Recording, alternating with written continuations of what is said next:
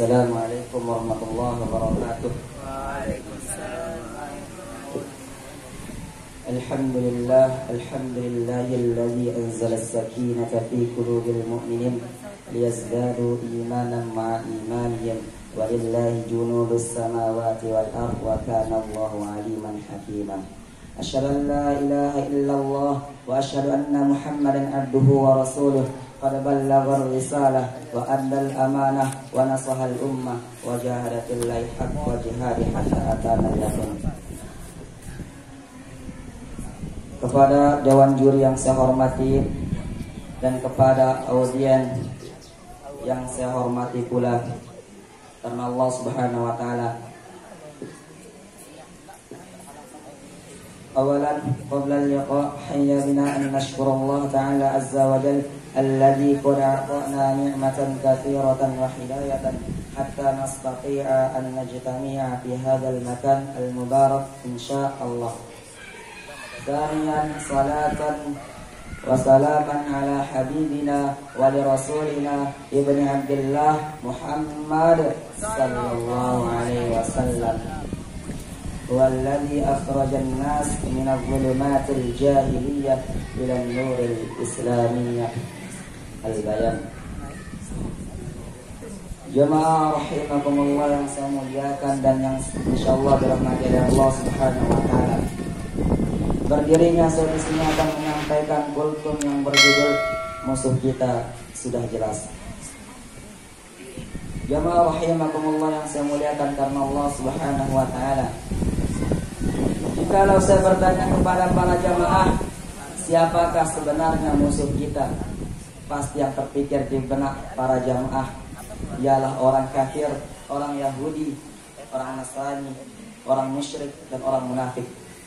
Memang benar semuanya jawabannya. Tapi saya mengambil dari firman Allah Subhanahu wa taala yang terdapat pada Quran surat Al-Baqarah ayat 120. Walan tarda ankal yahud walan nasara hatta tabi'a millatahum.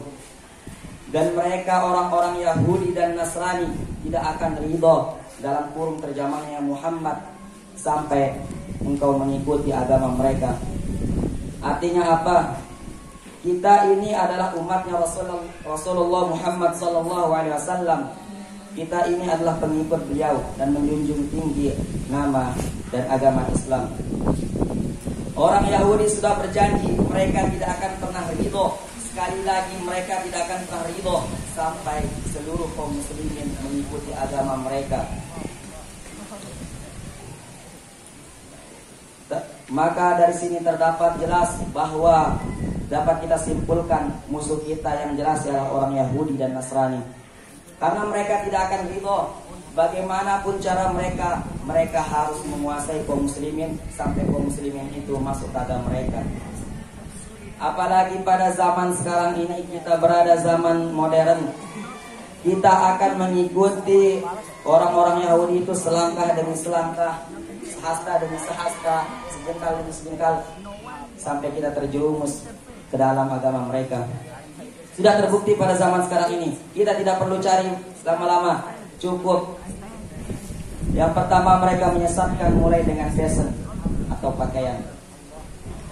Cukup kita pergi pada hari Ahad ke Udayana, kita menemukan seorang wanita berpakaian tapi telanjang. Artinya apa? Jamaah rahimakumullah yang saya muliakan oleh Allah Subhanahu wa taala. Mereka di KTP-nya tercatat Islam, tapi mereka sholat tidak pernah. Puasa. Mereka tercatat di KTP-nya Muslim, tapi tidak pernah memakai hijab. Ini perlu digarisbawahi jamaah rahimakumullah. Bukannya kita mengikuti pada zaman sekarang ini, kita mengikuti hanya sekedar mungkin kayak gaya anak muda sekarang ini, pirang-piraskan rambut, hanya untuk bergaya-gaya saja. Jamaah rahimakumullah yang saya muliakan oleh Allah Subhanahu wa taala. Maka jangan heran kaum Yahudi yang berada di Israel sana terus membantai kaum muslimin yang berada di Palestina.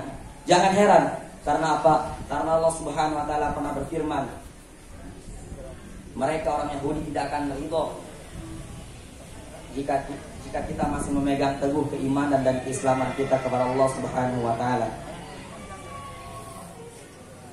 Sekali lagi, orang Yahudi tidak akan ridho dan Nasrani tidak akan ridho jika kita masih memegang teguh keimanan kita. Banyak sekali agama yang berada di dunia ini. Kita hitung, yang berada di Indonesia saja kurang lebih ada 7 agama. Agama Yahudi, Nasrani, Katolik, Islam, Majusi, Hindu, banyak sekali. Tapi yang diterima di sisi Allah Subhanahu wa taala ya Islam, dinul Islam, ad-dinut tauhid. Maka saya berpesan kepada para jamaah sekalian akan memegang teguh keimanan kita dan keislaman kita. Karena apa? Berapa tahun kita hidup di dunia ini? Hanya sebatas 60 tahun atau 63 tahun. Jikalau dikasih umur lebih, itu hanya sekedar bonus. Kita anggap saja kita hidup 63 tahun di dunia ini. Ada yang melakukan ibadah kepada Allah Subhanahu wa taala dengan sebenar-benarnya, dan ada yang melakukan kemaksiatan kepada Allah Subhanahu wa taala. Tapi ingat, di negeri kita akan pulang ke negeri yang abadi. Kita hidup 63 tahun, ukur saja kita hidup 63 tahun dengan berfoya-foya. Tapi ingat, di negeri akhirat belum tentu kita masuk surga dan neraka. Mungkinkah kita masuk surga atau mungkinkah kita masuk ke neraka? Itu terdapat pada diri antum sekalian. Jamaah rahimakumullah. Yumkin hadza kalamini, syukran katsir ala husni istima'ikum wal afwa minkum. Assalamualaikum warahmatullahi wabarakatuh.